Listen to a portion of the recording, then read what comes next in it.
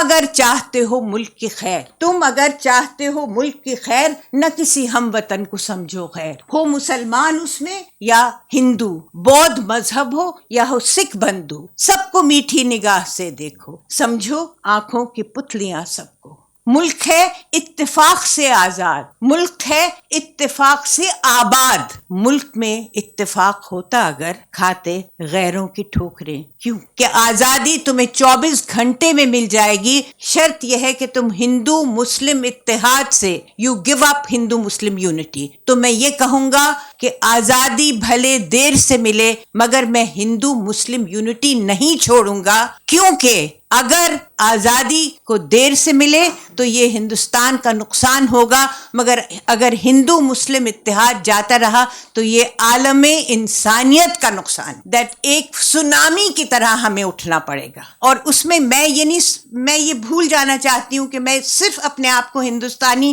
سمجھنا چاہتی ہوں، میں ہر وقت مسلمان کا ٹھپا اپنے ماتھے پہ نہیں لگانا چاہتی، though I am a believing and practicing Muslim, I am a believing and practicing Muslim, but with all of that I have always been a very proud Indian۔ مگر اب نے کیا ہے تو اسی حال کو اگر آپ دیکھیں تو آپ سمجھ سکتے ہیں کہ اس وقت دل کا حال کیا ہے۔ اس وقت کیا ہے دل کا حال؟ دیکھا تھا ایک خواب سا معلوم نہیں کیا، اب تک اثر خواب ہے معلوم نہیں کیوں۔ وہ کیا خواب دیکھا تھا ہمارے بزرگوں نے جنہوں نے یہ فیصلہ کیا تھا کہ ہم پاکستان نہیں جائیں گے، ہم ہندوستان میں رہیں گے، جبکہ 90% 99 اور 95% of my family was by force picked up from Panipat۔ ہم ہریانوی بھی ہیں، I am a Kashmir born also, so I have this interesting combination۔ They were forcefully put into trucks and taken across the border۔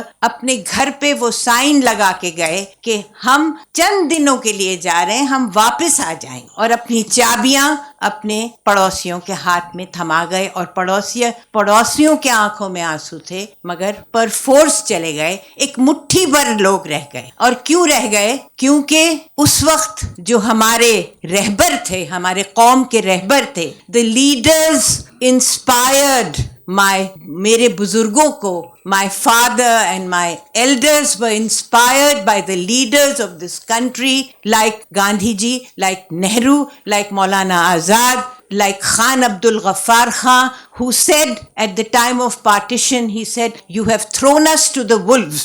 اور مولانا آزاد نے کہا کہ not over my dead body، مگر ہوا۔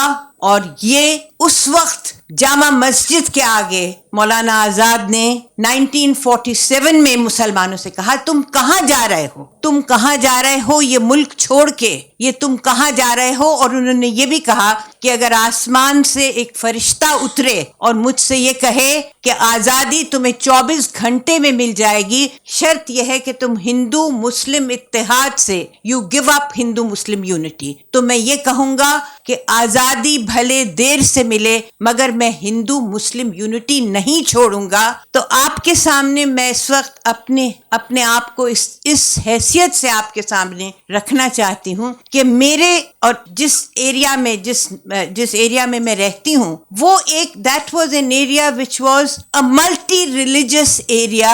It was an area that was Jamia Millia Islamia was the dream of Mahatma Gandhi, of Dr. Zakir Hussain, of Hindus and the Muslims and the teachers and the students۔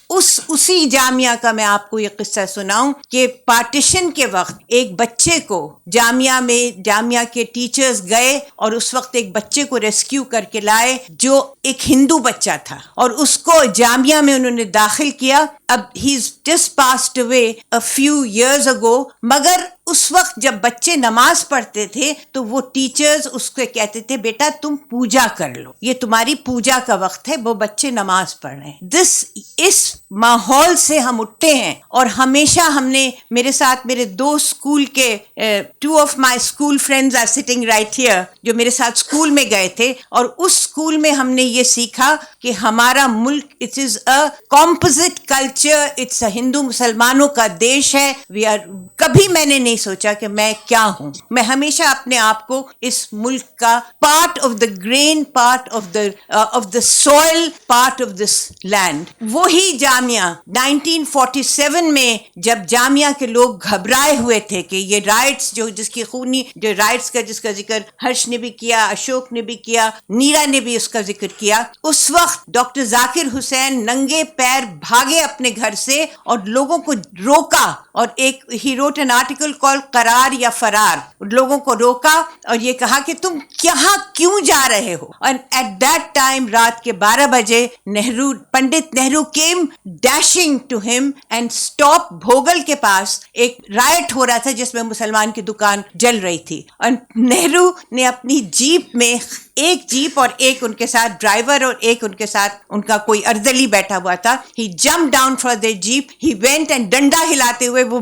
بلوائیوں کے بیچ میں گھس گئے. That was a different country. میرے ہریانہ میں میں نے پہلا کیس اپنا کیا ہے میوات میں میں گئی. اس وقت بھی مجھے کوئی احساس نہیں تھا، میں NCW کی ممبر تھی. میں میوات میں گئی، وہاں ایک بہت سنگین کیس تھا. مسلمان وہاں کے سب گوتر اور جاتی میں بلیو کرتے ہیں، تو اس میں کسی گوتر اور جاتی کے آپس میں ان کا ایک شادی کرنے کا، ان کا some kind of a love marriage, both were Muslims. اور وہاں میں گئی اور میں نے ان کو کوشش کی کہ ان کو کسی طرح سے ان کے دماغ میں سینس ڈالوں. اور میرے ساتھ میری ایک کولیگ تھی، ان کا نام تھا پدما سیٹھ، آنند سائرم آئنگر جو پہلے اسپیکر تھے، ان کی بیٹی. وہ میرے ساتھ تھی، میرے سے بہت عمر میں بڑی. اینڈ میں نے پورے میواتیوں کے سامنے میں نے کہا اسلام میں، اور پدما نے کہا کہ اسلام میں سوال ہی نہیں ہے، نہ گوتر نہ جاتی نہ کچھ. تو ان لوگوں نے کیا کہا، ہمیں ہمارا اسلام مت سکھاؤ، ہمیں سب معلوم ہے. یہ آپ یعنی one Muslim and one Tamilian Brahmin explaining to them what Islam is. ایک محاذ پہ ہم کھڑے تھے، ایک محاذ پہ وہ کھڑے، کوئی احساس نہیں تھا. مگر اب اس ماحول میں جس کے بارے میں آپ لوگ ایک کھلی بات کر رہے ہیں، اس ماحول کو جب میں دیکھتی ہوں، اور میں اور جان ہم ابھی منی پور سے واپس آئے ہیں، جہاں ہم نے ساری معاشرت کی، پوری سوسائٹی کی دھجیاں اڑتی دیکھ. ہم نے اس قدر غمناک حالات دیکھے. The situation in Manipur is unbelievable, unimaginable. آپ کے سامنے جان بیٹھے تو اس حالت میں جب ملک کا it's the rock bottom of what has happened, and what has happened in Nuh is also the rock bottom, and what is unfolding in the future is also the rock bottom. تو یہ بات میں آپ کے سامنے اس لیے کہہ رہی ہوں کہ ایک بڑی بات انہوں نے کہی، سارے اسپیکرز نے یہ بات کہی کہ اس کا what is the road ahead,